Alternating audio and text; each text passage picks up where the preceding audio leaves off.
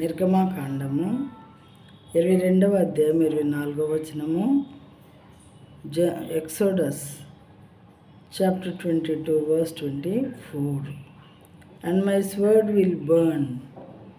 ఎప్పుడు ఇది అంటే దిక్కులేని వారిని, విధవరాలను బాధ పెట్టినట్లయితే వాళ్ళు దేవునికి ఒకవేళ మొరపెట్టి ఆయన పాదాల దగ్గర మరి ఏడ్చినట్లయితే దేవుడు ఏం చేస్తారంట, and my wrath will burn and I will kill you with the sword and your wives shall become widows and your children fatherless.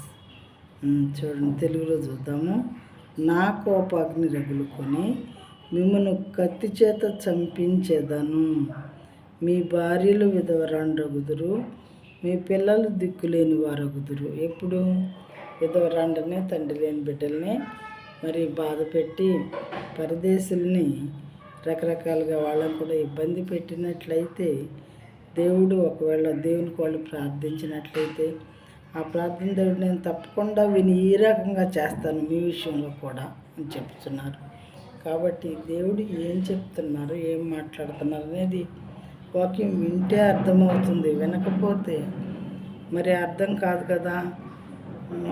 అనవసరంగా అప్పుడు ఇబ్బందులు తెచ్చుకున్న వాళ్ళం అవుతాము.